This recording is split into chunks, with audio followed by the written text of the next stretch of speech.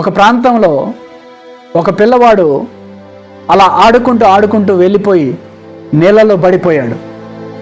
అటుగా వెళ్తున్న ఒక అవ్వ ఆ పిల్లాడు ఆ నీళ్ళల్లో పడి, అమ్మ అయ్యా రక్షించండి రక్షించండి అని కేకలు వేస్తూ ఉంటే అంటుంది, అబ్బాయి ఆ నీళ్ళల్లో ఎందుకు పడ్డావురా, నీకు ఈతే రాదు కదా, ఈ గండంలో నుంచి నిన్ను రక్షించేవాడే లేడని ఆమె వెళ్ళిపోయింది.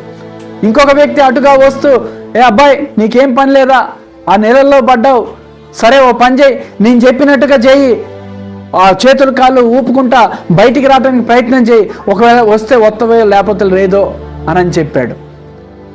అక్కడ ఉన్నటువంటి ఒక వ్యక్తి అటావుటిగా వెళ్ళి ఆ పిల్లాడి తండ్రితో చెప్పాడు, అయ్యా నీ పిల్లవాడు నీళ్ళల్లో పడిపోయాడు అని చెప్పడం ముగించక ముందే ఆ తండ్రి ఒక్క క్షణంలో వచ్చి ఆ నీళ్ళల్లోకి వెళ్ళిపోయి ఆ కుమారుణ్ణి తీసి ఒడ్డున పడేశాడు. కాబట్టి పిల్లారా, ఈ లోకంలో మనల్ని కన్న తండ్రికే అంత బాధ్యత ఉంటే పరలోకమందున్న మన తండ్రి కూడా మనల్ని చూస్తూ ఉన్నాడు.